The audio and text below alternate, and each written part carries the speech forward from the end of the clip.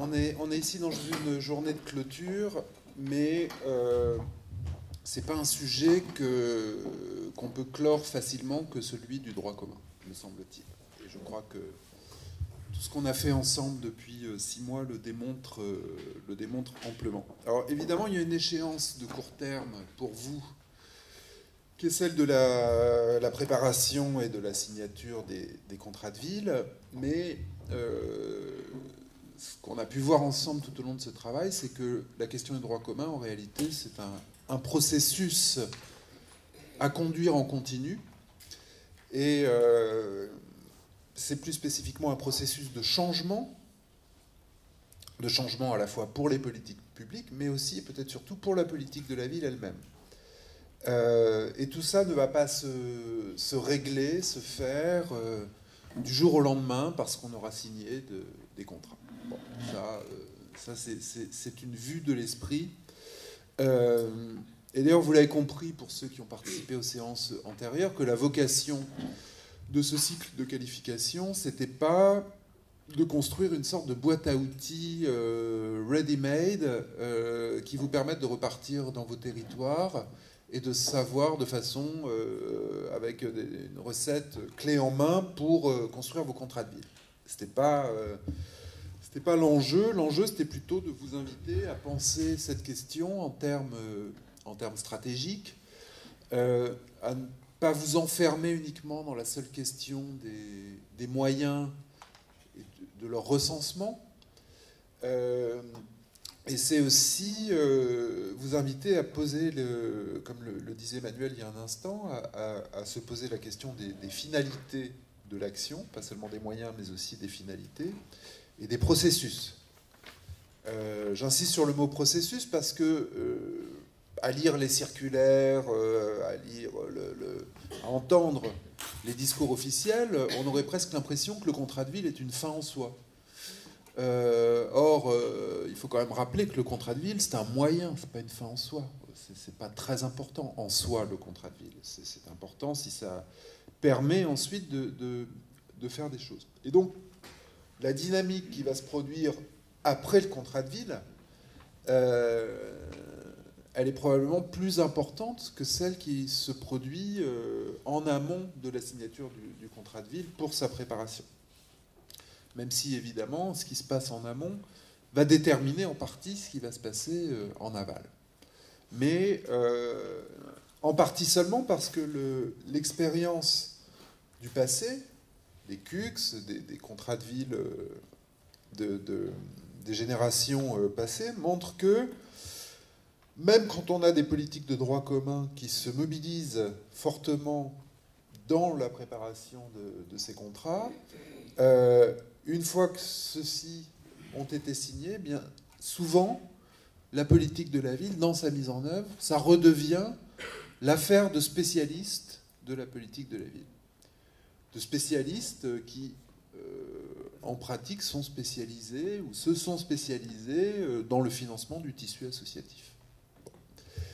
Alors, l'enjeu pour l'avenir, je pense, si à nouveau on reparle de mobilisation du droit commun, c'est probablement pour essayer de ne pas retomber dans cet écueil. Donc vous allez voir que dans mon propos d'aujourd'hui, je vais beaucoup insister sur l'idée que la question du droit commun, c'est d'abord la question de la politique de la ville et de son positionnement par rapport aux autres politiques publiques. Alors évidemment, il y a un biais parce que pendant toutes ces séances, il y avait surtout, Emmanuel le disait, et surtout des acteurs de la politique de la ville qui ont participé, beaucoup plus que des acteurs du droit commun. Mais en même temps, il me semble que la question du changement, là, telle qu'elle se pose aujourd'hui, elle est d'abord posée aux acteurs de la politique de la ville avant d'être posée aux politiques de droit commun. C'est l'un des messages que je vais essayer de faire passer. Les enjeux, c'est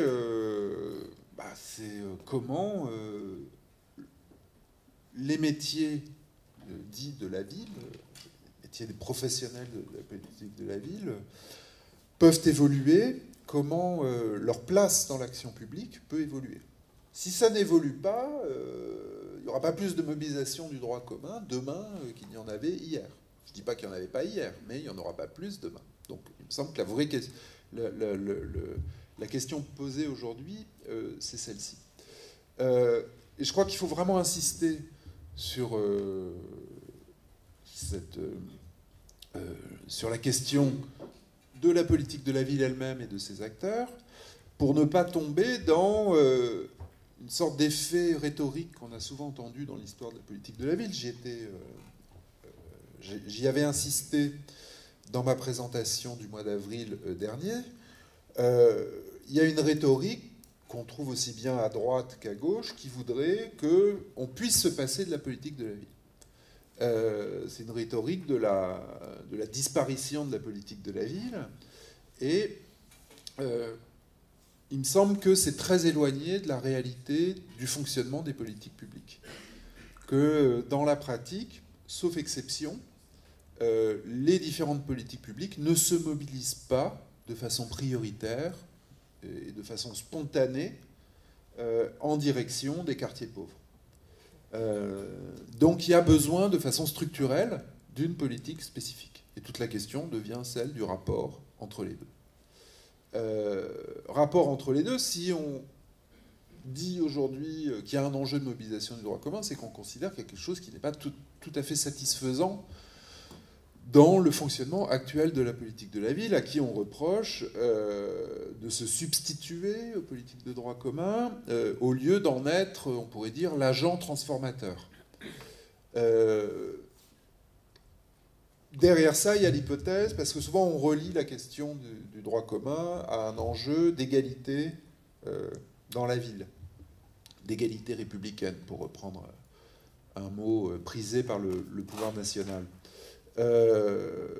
L'hypothèse, c'est simplement qu'à trop s'appuyer sur du spécifique, eh bien, on exonère les différentes politiques publiques de leurs responsabilités, des changements qu'elles devraient accomplir pour garantir une forme d'égalité d'accès à des services de même qualité du point de vue des habitants des quartiers populaires comme des autres habitants de la ville.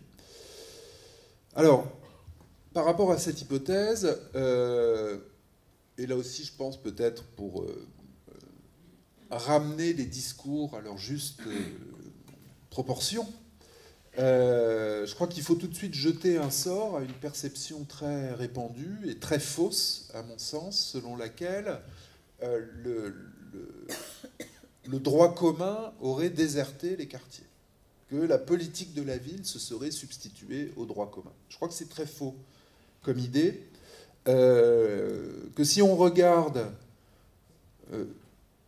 la dépense publique, on a peu d'éléments pour l'apprécier, mais on sait quand même par quelques travaux que, à l'échelle d'un quartier donné, la dépense publique sur une base annuelle qui relève de tout le reste, tout ce qui n'est pas la politique de la ville, c'est ça qu'on appelle le droit commun, correspond à des montants infiniment supérieurs à ce que mobilise la politique de la ville sur une année donnée.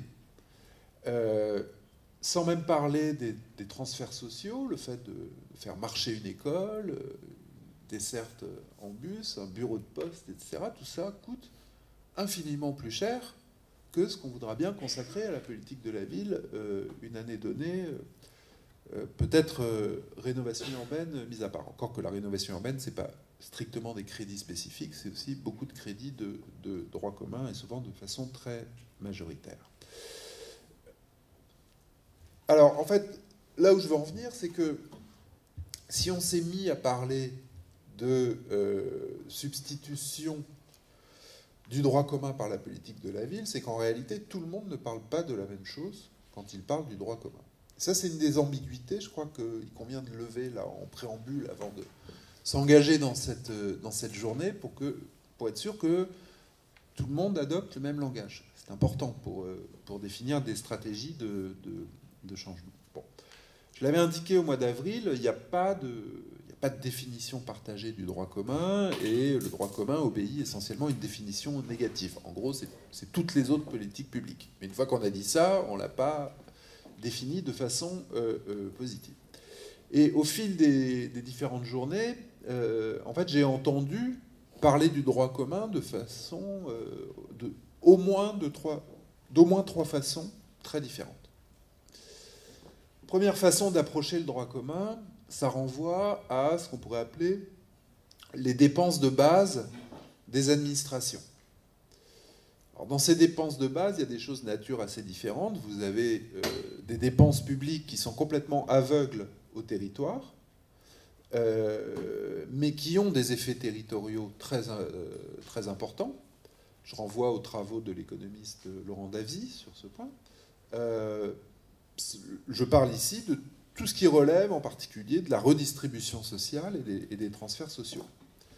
Tout ce qui entre dans le revenu des ménages, qu'on ne voit pas, ce ne sont pas des politiques territorialisées, mais des politiques de droit commun qui ont des effets territoriaux extrêmement importants. Toujours dans le registre des dépenses de base des administrations, vous avez aussi d'autres dépenses qui, elles, sont spatialisées, mais qui ont un caractère universel. Parce qu'elles sont censées couvrir l'ensemble des territoires. L'école, la poste, le réseau routier, bon, voilà, tout ça, c'est des dépenses de droit commun qui concernent les quartiers de la politique de la ville comme les autres quartiers. Il y a quand même des rues dans la politique de la ville, il y a des écoles pour accueillir les enfants, il y a aussi des bureaux de poste. Bon, voilà, donc on n'est pas dans cette idée, voilà, on est assez éloigné de discours politiques assez convenus sur l'idée que la République aurait déserté les quartiers, etc. Je crois que les choses se posent de façon très différente. Ça, c'est la première façon de considérer le droit commun. Il y en a une deuxième qui renvoie à des actions qui, elles, sont spécifiques, facultatives des administrations publiques, des administrations de droit commun, et qui sont en particulier ciblées sur des territoires spécifiques pour répondre à des besoins particuliers. Bon. Je fais ici référence à des mesures qui sont mises en œuvre par telle ou telle administration de façon souvent indépendante de la politique de la ville, même si, en pratique, ça peut coïncider ou se croiser avec les territoires de la politique de la ville. Il peut y avoir coïncidence, au moins partielle, entre les différentes géographies. Alors je pense évidemment à l'éducation prioritaire. L'éducation prioritaire, bon, les aides, ça a été créé en 81, c'est pas un produit de la politique de la ville. Hein. C'est une dépense spécifique de l'éducation nationale réservée à des territoires particuliers. Il y a d'autres exemples, hein, les maisons du droit et de la justice et du droit, par exemple, et puis plus largement tout ce qui obéit à une logique de zonage de telle ou telle administration. Alors, quelle est la nature de ce droit commun? On est bien dans du droit commun, mais on est dans du droit commun spécifique. C'est des droits communs spécifiques puisque ce sont des moyens qui ne s'adressent pas potentiellement à l'ensemble de la population, mais qui sont réservés à certaines catégories territoriales. Vous avez la même logique en ce qui concerne les publics. Mais ce n'est pas la question ici. En troisième lieu, et je pense que c'est souvent à ça, finalement, que les acteurs de la politique de la ville font référence quand ils parlent du droit commun, d'où de nombreuses confusions et ambiguïtés. Le droit commun, c'est aussi la contribution des différentes politiques publiques au projet que finance la politique de la ville. Et là, c'est encore un autre cas de figure. Quand il y a des appels à projets politiques de la ville, ce que va mettre la CAF, le Conseil général, telle ou telle administration. Et puisqu'on sait qu'il n'y a quasiment aucune action de la politique de la ville qui n'est financée que par la politique de la ville. Donc en fait, le droit commun est toujours là. Et quand les acteurs déplorent qu'il n'y a plus de droit commun, en fait, c'est simplement dans l'équilibre entre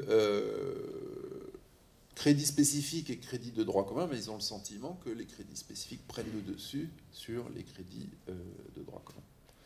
Donc dans le cas précédent, on pourrait appeler ça des moyens si je voulais jouer sur les mots, je dirais que dans le cas précédent, on était sur des moyens de droit commun spécifiques, et là, on est dans des moyens spécifiques de droit commun. Bon, voilà. Vous voyez là que les mêmes termes, en réalité, renvoient à des réalités très différentes. Alors,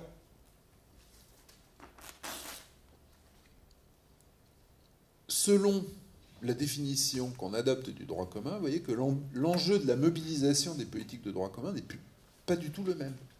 C'est pour ça que vraiment, il est important de parler un langage commun pour savoir vers quoi on tend quand on dit mobilisons le droit commun. Soit on est dans une logique extrêmement ambitieuse de réorientation des dépenses de base des administrations. Donc en regardant comment structurellement sont alloués les moyens des différentes politiques publiques. Soit on est dans une logique où on ne touche pas à ça, mais il s'agit d'inciter les différentes politiques publiques à consentir des efforts particuliers pour certains territoires, ce qui n'est pas tout à fait la même chose. Soit encore, l'enjeu, c'est de renforcer la participation des autres politiques publiques aux actions que finance la politique de la ville. Troisième cas de figure, et une logique très différente des deux précédentes. Alors, si on regarde maintenant la réforme nationale en cours par rapport à ces enjeux-là, il me semble que ça va quand même bien au-delà, enfin ce qui est attendu, les attendus nationaux vont bien au-delà de cette idée qu'il s'agirait simplement de renforcer les participations financières du droit commun dans les appels à projets de la politique de la ville. Je crois que c'est beaucoup plus ambitieux que ça. Et du coup, si on va au-delà de ça, ce que ça implique pour les acteurs de la politique de la ville, c'est de l'ordre d'une révolution culturelle. Ça revient, comme la loi de février dernier les y invite, à raisonner d'abord politique de droit commun avant de raisonner dispositif spécifique. Ça revient ensuite dans ce qui est davantage une logique d'adaptation des politiques publiques à positionner les acteurs de la politique de la ville comme des aiguillons de stratégie de changement dans les différentes organisations publiques, de changement de nature qualitative. Et puis, en dernier lieu, ça revient à opérer une rupture qu'on pourrait appeler le changement d'échelle, c'est-à-dire à situer la gouvernance au bon niveau, à la fois décisionnel et territorial. J'ajouterai un quatrième élément pour dire que l'ambition de la réforme est quand même très élevée. C'est que non seulement elle demande des acteurs de la politique de la ville qui se positionnent différemment par rapport aux politiques de droit commun. Enfin, c'est la conséquence logique quand on dit commençons par mobiliser les politiques de droit commun. Mais en plus, elle leur demande de se positionner différemment par rapport aux habitants et aux associations. Toute la thématique du pouvoir d'agir. Sur ce dernier point, j'y reviendrai tout au long de cette matinée. Il me semble qu'en réalité, c'est une seule et même question. La question de la mobilisation du droit commun et la question de la participation des habitants ne sont pas deux questions séparées, mais il faut les traiter comme une seule et même question. Alors, vous comprenez pourquoi j'ai dit en préambule qu'on n'allait pas clore si facilement la question du droit commun. Opérer toutes les mutations là, que je viens de dire, en termes de renforcement des moyens, en termes d'adaptation des politiques publiques, de gouvernance, et de façon transversale à tout ça, la question de la participation des habitants, des mutations aussi amples, on ne va pas les réaliser là au 31 décembre, où, je sais plus, je m'y perds un peu dans le calendrier de signature des contrats de ville. Il m'avait semblé que c'était passé au 30 juin, mais après j'entends reparler du mois de décembre, donc je ne sais pas où on en est. Mais dans un cas comme l'autre, je pense que ça n'y change pas grand-chose. On ne va pas bouleverser la politique de la ville là, au 31 décembre ou au 30 juin de l'année prochaine. Je crois que tout le monde doit être est désormais assez clair là-dessus. Et du coup, bon, on peut relativiser certains discours nationaux qui pourraient laisser croire le contraire. Donc je pense que si tout le travail qui a été fait dans ce cycle de qualification ne devait avoir qu'une seule vertu, ce serait d'une certaine façon de décomplexer les acteurs de la politique de la ville par rapport à une rupture radicale à laquelle invite la réforme nationale, et que c'est pas la circulaire machin ou le kit méthodologique truc qui va en réalité produire ce type d'effet. Tout simplement parce qu'on est dans la politique de la ville, comme dans d'autres politiques publiques, dans une logique incrémentale, où il y a sédimentation de toute une expérience de réseau d'acteurs, de référentiels d'action, de façon de penser, de façon d'agir, sur plusieurs décennies, que tout ça ne va pas être bouleversé du jour au lendemain. Même si on le voulait, et il n'est pas dit qu'on le veuille, d'ailleurs. Enfin, que tout le monde le veuille.